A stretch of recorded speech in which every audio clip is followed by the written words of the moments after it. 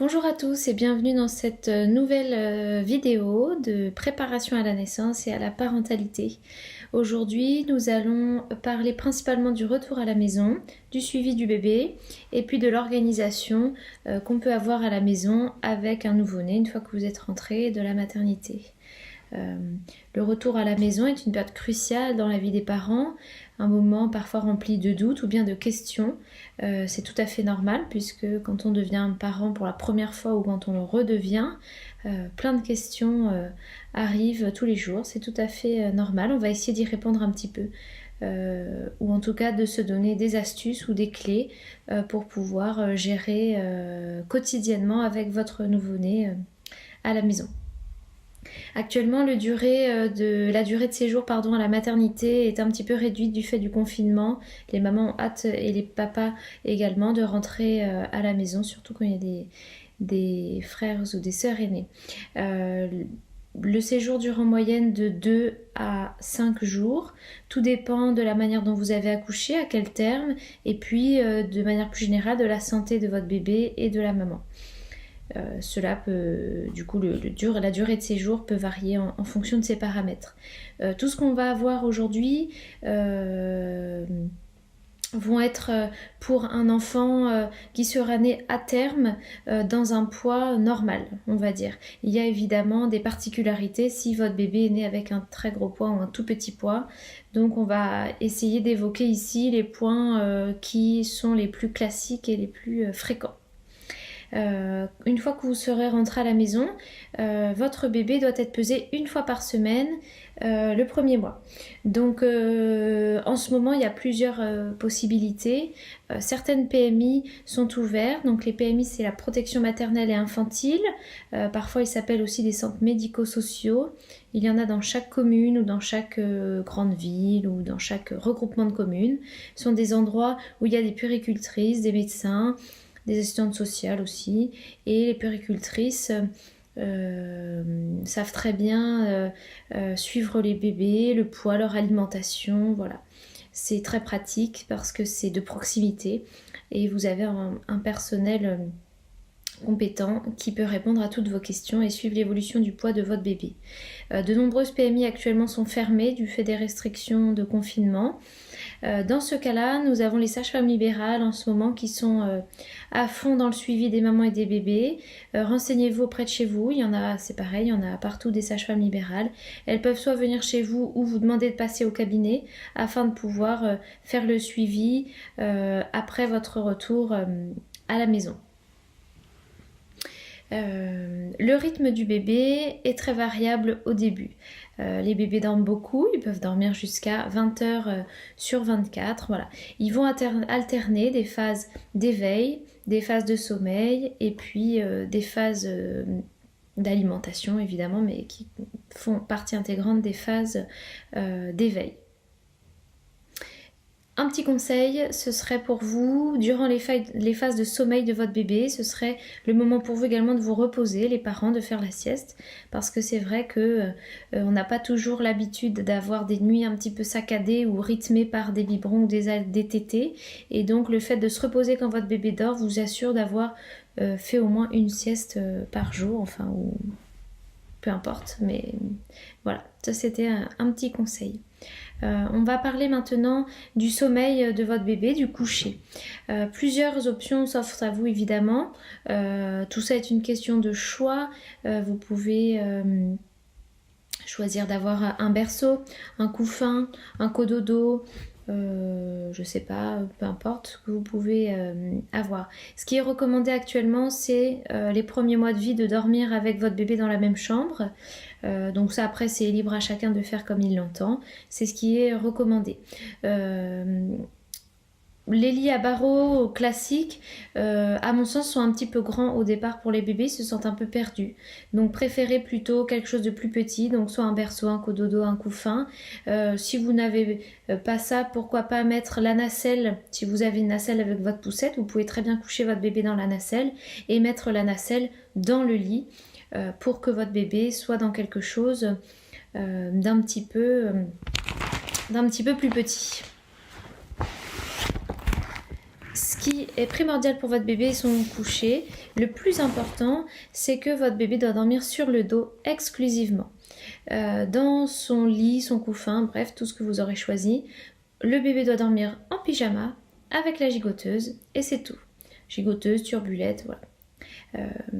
C'est tout, c'est tout, c'est tout. Pas d'oreiller, pas de couverture, pas de tour de lit, pas de doudou dans le lit ou autre. C'est vraiment fondamental. Votre bébé n'a pas le réflexe de repousser quelque chose si quelque chose vient sur son visage. Donc il faut vraiment qu'il n'y ait rien du tout dans son lit pour dormir.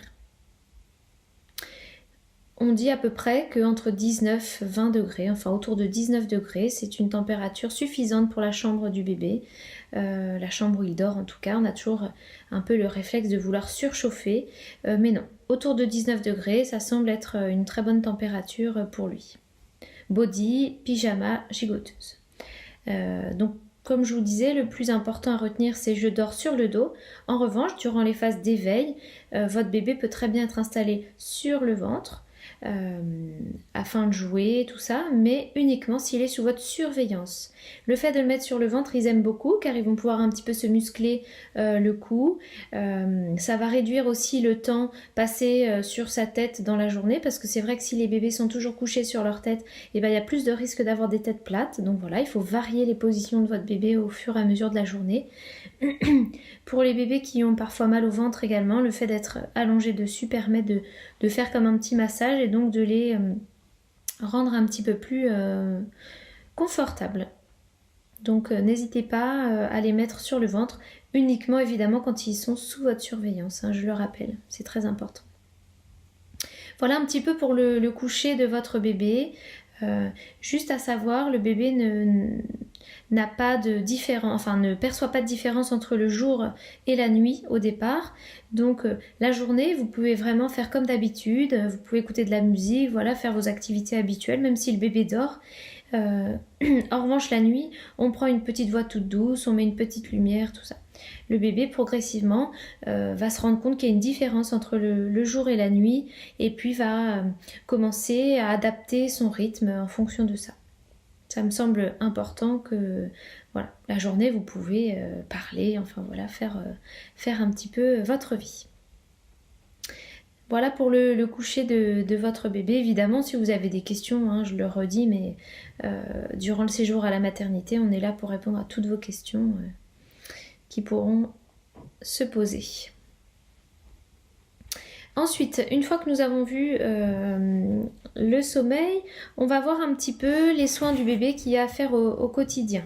Alors évidemment, tous les jours, ça vous semblait évident, vous allez régulièrement changer sa couche. Il n'y a pas de règle de quand changer, voilà, il faut voir, votre bébé va vous le dire de toute façon quand il sera inconfortable avec une couche bien remplie. Il faudra également que vous nettoyiez son cordon ombilical. Donc le cordon ombilical, il sèche très vite et puis il va tomber entre une à 3 semaines, on va dire, après la naissance. Mais voilà, il y a des soins quotidiens à faire pour bien que le cordon cicatrise et ensuite que le nombril soit tout propre. Donc ça c'est pareil, vous verrez à la maternité comment faire et vous poursuivrez ça à la maison. On recommande aussi de faire un petit nettoyage du visage et puis des plis du cou quand même tous les jours parce que bon, parfois il y a des régurgitations ou autre.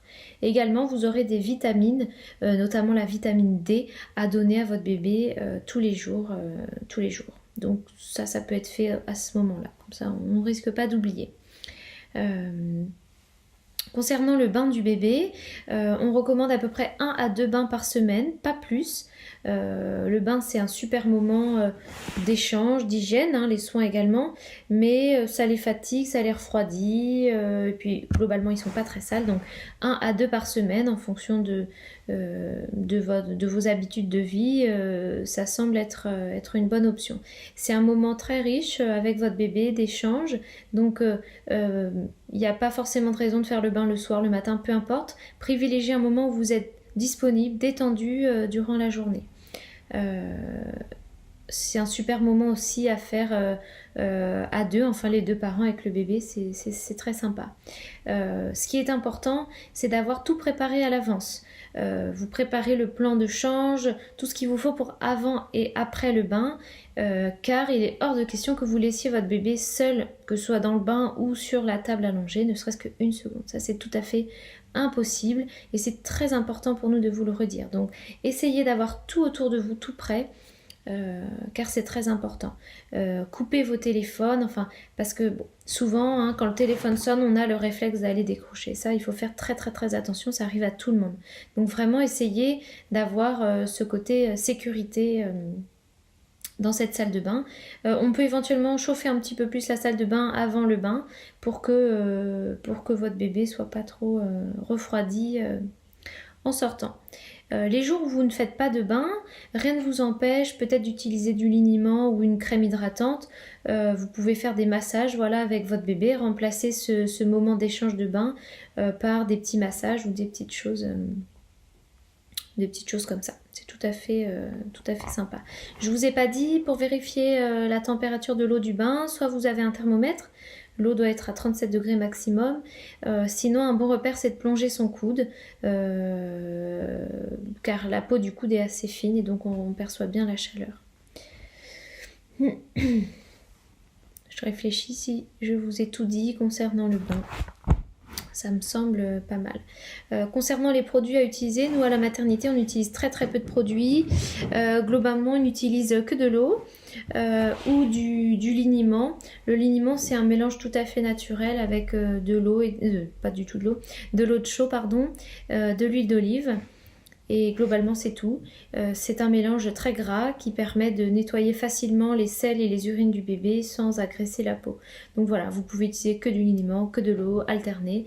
Ça, c'est au choix de chacun. Là où il faut être vigilant, c'est tous les produits qui contiennent des parfums et des alcools.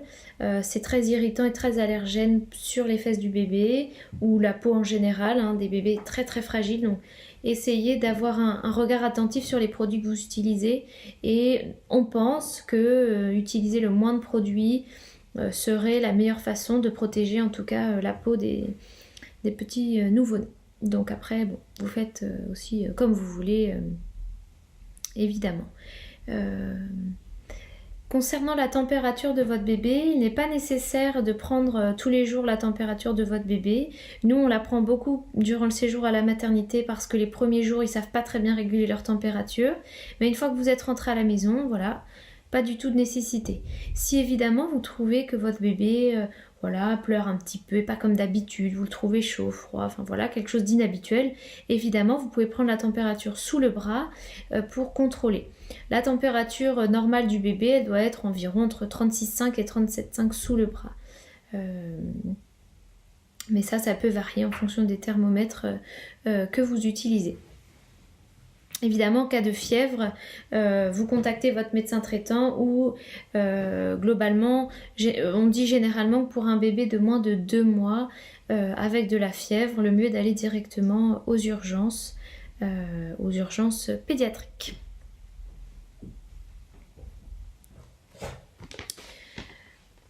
Ensuite, on va parler un petit peu des pleurs du bébé. On va passer à ce qui est un petit peu moins drôle. Il ne faut pas oublier que pour votre bébé, la naissance, c'est des changements incroyables. Toute la journée, voilà, il entend des nouveaux bruits, il voit des nouvelles personnes, il apprend à téter, à manger, à déglutir, à digérer. Voilà, plein de notions qui se fait et c'est vraiment des multiples changements pour eux. Le seul moyen pour eux de s'exprimer, c'est de pleurer. Ils ne savent pas parler, ils savent pas, voilà. Donc les pleurs, de manière générale, sont assez normaux puisque c'est vraiment leur moyen de s'exprimer. Vous allez voir, vous allez apprendre à connaître votre bébé, vous allez apprendre à reconnaître les pleurs, à comprendre. Au départ, vous allez tâtonner, vous allez chercher, puis plus les jours vont avancer, plus vous allez apprendre à reconnaître votre bébé. En cas de pleurs, évidemment, vous allez regarder sa couche, vous allez lui proposer à manger, vous allez vérifier sa température si vous le trouvez pas comme d'habitude. Voilà, une fois que vous aurez fait tout ça, si votre bébé continue de pleurer, c'est que peut-être il avait juste besoin de s'exprimer, de vous raconter un petit peu sa journée. Donc ce qui est très important, c'est de parler à votre bébé, de lui parler calmement, voilà, de lui expliquer que vous comprenez ses pleurs. N'hésitez pas à le bercer, à le porter, à mettre un peu de musique, voilà, des choses qui le rassurent et qui vont lui permettre de s'apaiser. Le portage, que ce soit sur vous dans les bras, que ce soit de faire du pot à pot avec votre bébé ou de porter votre bébé en écharpe, en porte-bébé, tout ça va les rassurer. Les crises de pleurs en tout cas vont diminuer avec les semaines et les mois avançant. Parfois c'est la digestion aussi de votre bébé qui peuvent les gêner un petit peu. Donc là il y a des positions qu'on pourra vous montrer, mettre votre bébé un petit peu sur votre avant-bras ou bien venir faire des mouvements circulaires avec ses jambes ou des petits mouvements de vélo, voilà, afin de bouger un petit peu ses jambes et le soulager au niveau digestif. Ce qui est important, c'est que si vous vous sentez dépassé par ces pleurs, si vous vous sentez fatigué, épuisé, il faut absolument que vous demandiez du relais, que ce soit de votre conjoint, conjointe, de votre famille. Voilà, parfois on réagit pas tous de la même manière à la fatigue et il faut savoir sentir ses limites et demander de l'aide.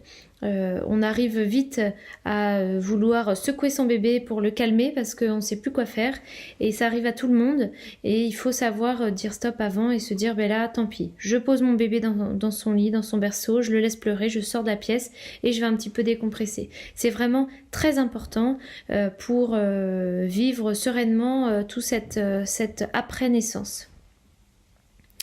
Voilà un petit peu concernant les pleurs du bébé. Il y a aussi certains bébés qui ne pleurent pas ou de manière très modérée. Il y a des bébés qui pleurent pour s'endormir aussi, ça c'est tout à fait normal. Voilà, n'hésitez pas à en parler à la personne qui vous suit, avec votre famille, votre conjoint, enfin voilà. En tout cas, c'est tout à fait important d'en parler. Concernant le portage, il y a plein de solutions possibles, que ce soit l'écharpe, le porte-bébé, le sling, enfin voilà, il y a plein de porte-bébés, plein d'écharpes différentes. Renseignez-vous, il y a des associations, des sites qui proposent, voilà, avec des gens compétents pour vous répondre sur ça. Ce qui est important, c'est d'avoir quelque chose de physiologique, c'est-à-dire qui englobe complètement le bassin du bébé jusqu'au genou. N'hésitez pas à apporter à la maternité votre moyen de portage, on pourra l'essayer avec votre bébé.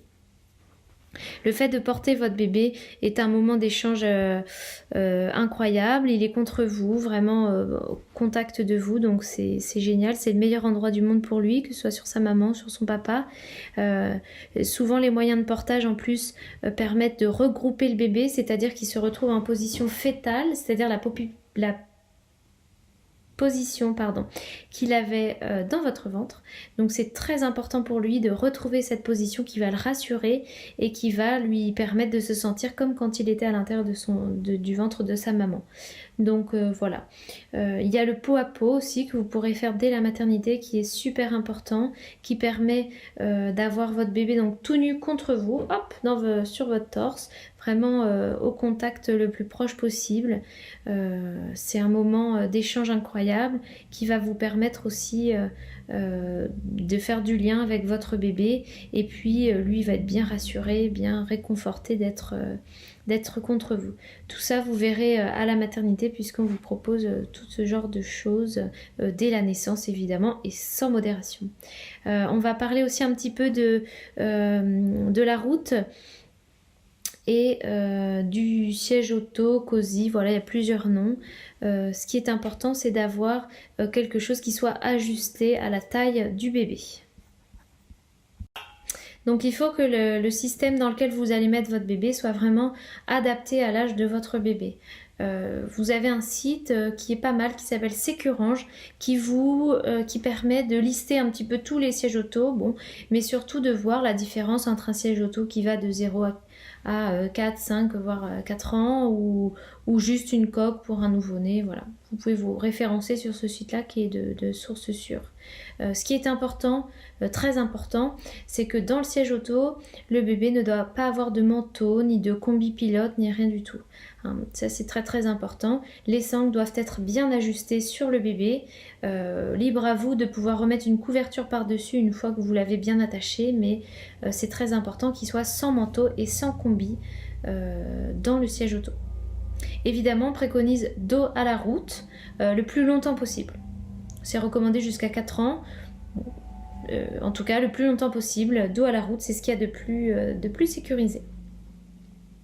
Pour tous ces petits conseils de retour à la maison, le carnet de santé de votre bébé qu'on vous rendra la veille de votre sortie est vraiment très bien fait. Il y a beaucoup d'explications adaptées à l'âge de votre enfant. Page par page, vous allez vraiment pouvoir avoir des conseils précieux. On a fait un petit peu le tour de ce que je voulais vous dire sur le retour à la maison, l'organisation avec le bébé, le suivi du bébé. C'est une petite vidéo rapide mais qui permet de dégrossir un peu. Je pense que le plus important c'est que vous preniez confiance en vous. Il y a toujours cette phrase qu'on dit on ne naît pas parent mais on le devient, et il faut vous faire confiance. Vous allez apprendre à vous occuper du bébé. À la maternité, on va vous montrer les gestes à appliquer pour être en sécurité, porter votre bébé, changer une couche, tout ça. Et puis, plus les jours vont passer, plus vous allez apprendre à connaître votre bébé, à vous comprendre, à vous parler. Et tout ça va être de plus en plus facile. En tout cas, si vous vous posez toutes ces questions, c'est que vous êtes déjà des bons parents, il n'y a aucun souci.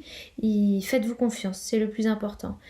Si vous avez l'impression que c'est comme ça que vous devez faire les choses, alors faites-le de cette manière. Voilà, j'espère que la vidéo vous aura plu, et puis n'hésitez pas à les compléter avec toutes les autres vidéos sur la préparation à la naissance. Puis on reste disponible si vous avez besoin de questions ou d'informations complémentaires.